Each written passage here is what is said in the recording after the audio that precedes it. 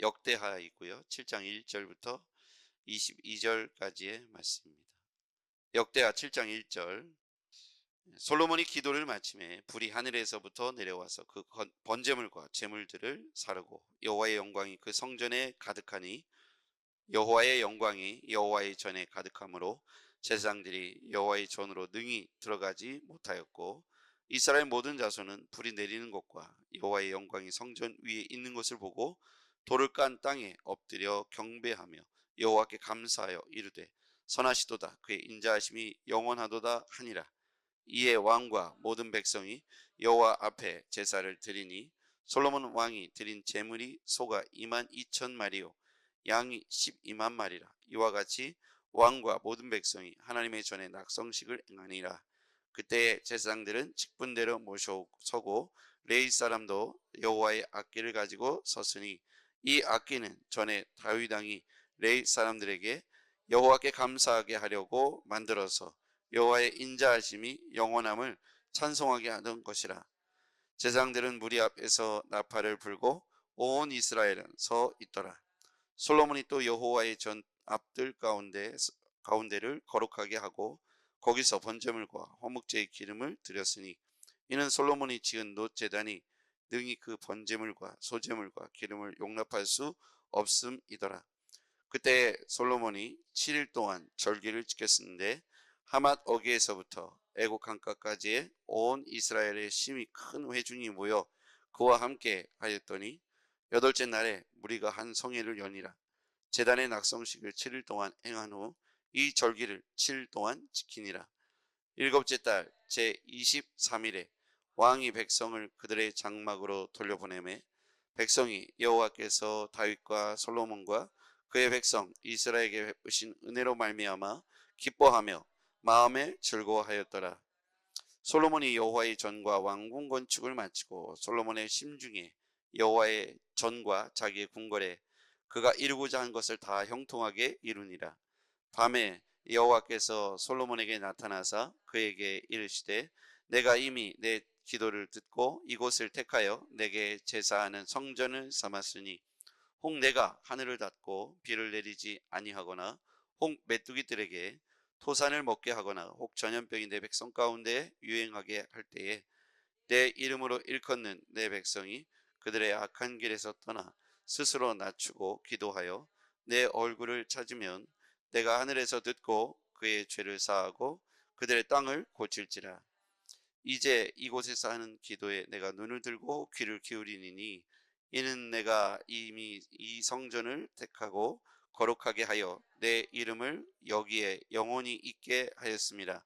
내 눈과 내 마음이 항상 여기 있으리라.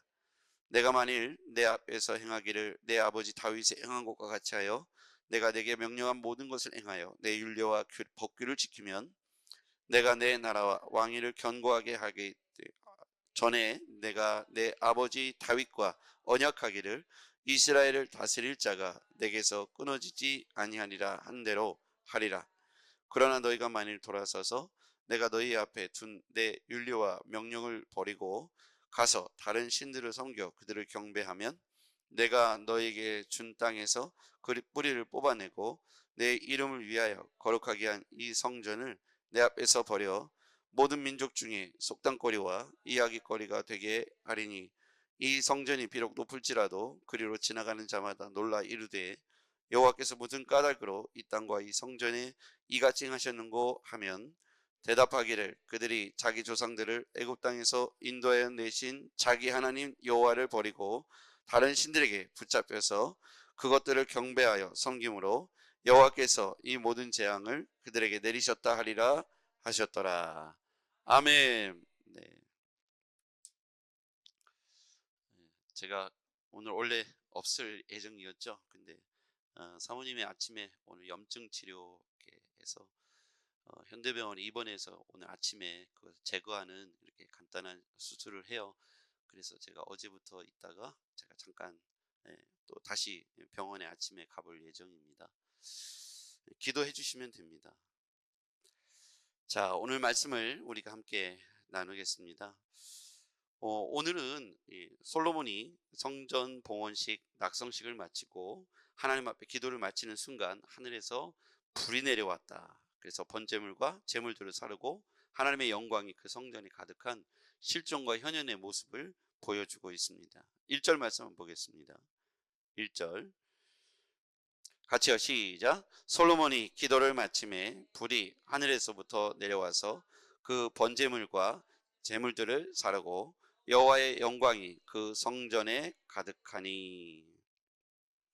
불이 내려왔습니다. 이제 성전 건축을 마치고 봉헌식까지 마쳤으니 하늘에서부터 불이 내려와서 하나님의 영광이 그 성전에 임재하는 사건이 벌어지죠. 그랬더니 제사장들도 놀랄 만큼 하나님의 영광에 불이 임재하는 사건이 굉장히 놀랍게 자신들 눈앞에 펼쳐졌을 때 감히 그 안에 들어갈 수 없을 만큼 경외의 감을 느꼈다, 이렇게 볼 수 있습니다. 2절에 보니까 하나님의 영광이 여호와의 전에 가득함으로 제사장들이 여호와의 전으로 능히 들어가지 못하였고, 제사장들은 하나님의 영광의 불이 성전 가운데 임재하시는 걸 보자 여호와의 전으로 들어가기를 두려운 마음이 들 만큼 경외감이 들었다는 거고요. 백성들은 어떻게 했냐면 3절에 보니까 이스라엘 모든 자손은 불이 내리는 것과 여호와의 영광이 성전 위에 있는 것을 보고 돌을 깐 땅에 엎드려 경배하며 여호와께 감사하여 이르되 선하시도다, 그의 인자하심이 영원하도다. 백성들도 하나님의 임재를 이렇게 눈으로 보고 나서 그들이 돌이 깐 땅에 엎드려 여호와께 감사하고 그의 선하심과 인자하심을 찬양하는 본문이 나옵니다. 이와 같이 하나님의 임재는 믿는 자들에게는 큰 힘이 되고, 또 하나님의 실존으로 말미암아 우리가 잠시 흔들렸던 우리의 마음의 중심들이 다시 하나님께로 향할 수 있는, 하나님을 의식하고 경외할 수 있는 순간이 되는 것이죠. 하나님을 경외한다는 것은 하나님의 실존을, 하나님의 임재를, 또 하나님의 살아계심을 신뢰하지 않으면 경외하는 마음이 들지 않겠죠. 하나님을 경외한다는 건 하나님의 살아계심을 신뢰하고 인정한다는 뜻이 되겠습니다. 우리가 이처럼 하나님 앞에서 살아갈 수 있는 방법이 있다면 하나님의 실존, 하나님의 임재, 하나님의 지금도 살아계시고 우리와 함께 동행하심을 의식하고 믿을 때, 우리가 하나님을 경외할 때 우리의 삶이 거룩한 삶에 머무르고 의로운 자의 삶에 머무르게 되는 것이죠. 그러므로 우리는 하나님 말씀을 근거로 해서 이때도 살아계신 하나님이 임재하셨다면 지금도 하나님께서 이 땅 가운데, 신자들의 삶 가운데, 교회와 성도들의 가정 가운데 하나님께서 임재하시고 날마다 그와 동행하신다는 사실을 믿으시기 바랍니다. 동행이라는 것, 우리가 지난번에 1월 1일부터 4월 10일까지 100일 동안 하나님의 동행 기록을 써내려 갔죠. 이와 같이 하나님은 날마다 우리와 함께 하신다. 그리고 우리가 의식할 때, 의식하지 못할 때 여전히 하나님은 우리와 함께 하셨다. 그것을 신뢰하는 것, 그것이 신자답게 살아갈 수 있는 방법이라고 생각합니다. 코람데오라는 말을 들어보셨죠? 하나님 앞에서, 우리가 하나님 앞에서 두렵고 떨림으로 경외함으로 우리의 의를 가지고 살아갈 수 있는 방법은 내가 하나님의 실존을 인정하고 지금 내가 하나님 앞에서 내 삶을 살아가고 있다는 하나님의 임재, 그 임재에 대한 분명한 확고한 확신과 의식이 필요하겠다. 그럴 때 우리가 온전한 삶을 살아갈 수 있게 될 것입니다. 하나님이 이처럼 다윗과 솔로몬 가문을 기뻐하시고 축복해 주셨습니다. 그때 12절에 보니까 이후에 하나님께서 밤에 솔로몬에게 나타나셨다라고 기록되어 있습니다. 12절 같이 읽어볼게요. 시작. 밤에 여호와께서 솔로몬에게 나타나사 그에게 이르시되 내가 이미 내 기도를 듣고 이곳을 택하여 내게 장사하는 성전을 삼았으니 혹 내가 하늘을 닫고 비를 내리지 아니하거나 혹 메뚜기들에게 토산을 먹게 하거나 혹 전염병이 내 백성 가운데 유행하게 할 때에, 이런 일이 생겼을 때 14절 내 이름을 일컫는 내 백성들이 그들의 악한 길에서 떠나 스스로 낮추고 기도하여 내 얼굴을 찾으면 내가 하늘에서 듣고 그들의 죄를 사하고 그들의 땅을 고칠지라. 그러면서 하나님이 이들과 함께 동행하시겠다.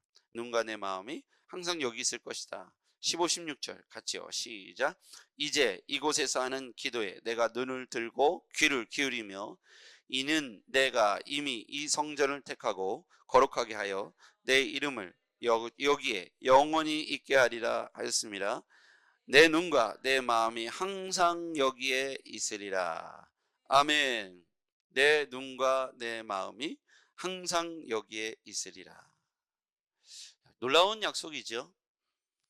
내 눈과 내 마음이 여기에 늘 있을 것이다. 여러분, 이게 동행 약속이고요. 하나님이 늘 그들의 삶 가운데 함께 하시겠다. 이게 두 가지 측면에서 굉장히 중요한데, 첫 번째는 하나님이 우리와 함께 하셨다는 약속은 임재에 관한 약속이고 동행에 관한 약속이잖아요. 그러니까 얼마나 우리가 우리의 문제, 우리의 상황, 어려움, 고통 중에서 하나님을 의지할 수 있고 하나님이 내 삶에 즉시로 개입할 수 있다는 것. 그리고 지금 내게 우리 가운데 펼쳐지는 모든 문제 가운데 하나님이 다 알고 계시고 개입하실 수 있다. 그래서 우리가 언제나 늘 손을 뻗치고 손을 모아 기도하면 하나님께서 우리의 가까이에서 늘 우리의 삶 중심을 지켜보고 계신다. 동행에 관한 놀라운 약속이죠. 두 번째는 그럼에도 불구하고 우리가 주의해야 하죠. 우리의 삶에 하나님께서 늘 지켜보고 있다는 것이 감사하기도 하지만 반대쪽으로 생각하면 우리의 죄에 대하여 하나님이 늘 감찰하고 계시다라는 사실도 기억해야 합니다. 그것에 있어서 오늘 언약에 관한 말씀이 나오죠. 17절, 내가 만일 내 앞에서 행하기를 내 아버지 다윗이 행한 것 같이 하여 내가 내게 명령한 모든 것을 행하여 내 율례와 법규를 지키면, 첫 번째는요, 명령한 것을 행하여 율례와 법규를 지키면 내가 내 나라와 왕위를 견고하게 하기 전에 내가 내 아버지 다윗과의 언약하기를 이스라엘 다스릴 자가 내게서 끊어지지 아니라 한 대로 하리라. 이제 19절 말씀 같이요. 시작. 그러나 너희가 만일 돌아서서 내가 너희 앞에 둔 내 율례와 명령을 버리고 다른 신들을 섬겨 그들을 경배하면, 20절, 내가 너희에게 준 땅에서 그 뿌리를 뽑아내고 내 이름을 위하여 거룩한 이 성전을 내 앞에서 버려 모든 민족 중에 속담거리와 이야기거리가 되게 하리니. 아멘. 여러분, 우리가 이제 이 뒤에 일들을 알고 있어요. 솔로몬 이후에 어떤 일이 벌어졌죠? 이 언약대로 되었어요. 그러니까 너희들이 아버지 다윗의 언약을 지켜서 행하며 내 명령과 내 법규와 규례를 지켜 행하면 다윗에게 행한 것처럼 너희와 함께 할 것이다. 그러나 내가 다윗과 언약한 말씀에서 너희가 혹시라도 벗어나서 우상 다른 신들을 경배하고 섬기면 너희가 준 땅에서 그 뿌리를 뽑아낼 것이다.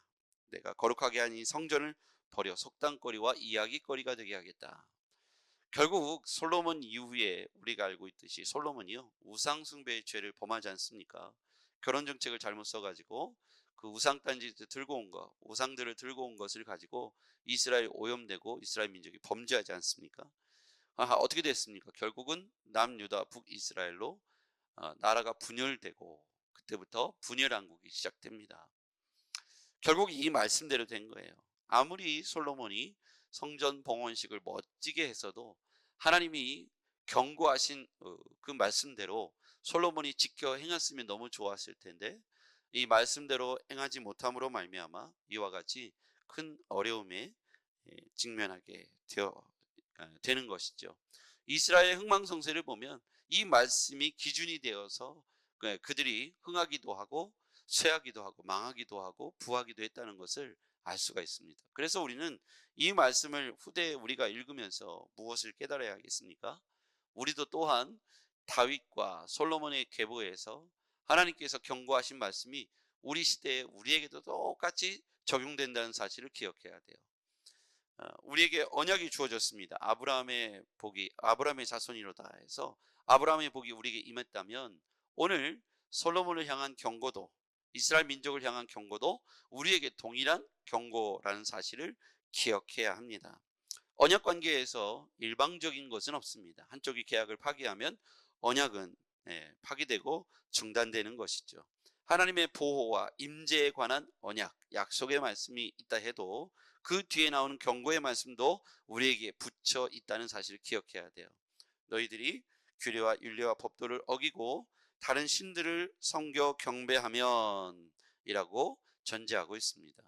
그래서 우리는 이 말씀을 잘 기억해야 돼요. 솔로몬의 영화가 솔로몬의 지혜를 얻고 하나님의 복을 얻고 솔로몬이 당대에 큰 부귀와 영화를 누렸지만 이 경고의 말씀을 크게 써서 확대해서 자기의 집무실, 왕궁의 곳곳에 좀 붙여놨더라면 어땠을까요?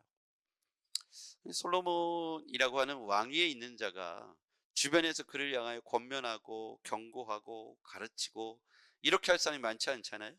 그것이 복이 아니더라고요.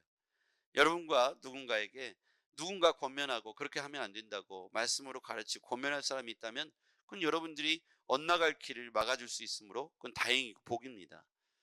솔로몬의 불행은 자신이 엇나갈 때 하나님의 음성을 들을 수 있고 하나님의 가르침을 받을 수 있는 루트와 어떤 시간들이 많지 않았고 그런 기회들을 많이 얻지 못했기 때문 아닐까 싶기도 합니다. 오늘 이 경고의 말씀을 우리는 마음에 새겨두어야 합니다.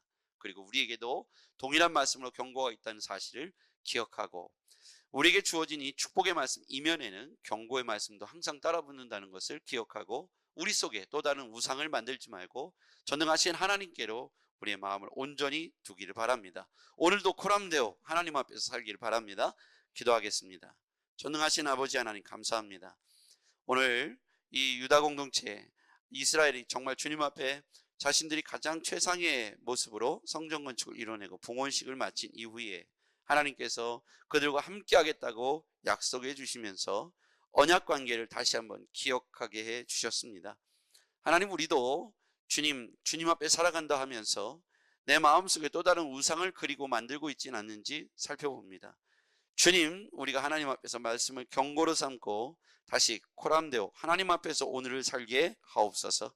예수님의 이름으로 기도했습니다. 아멘.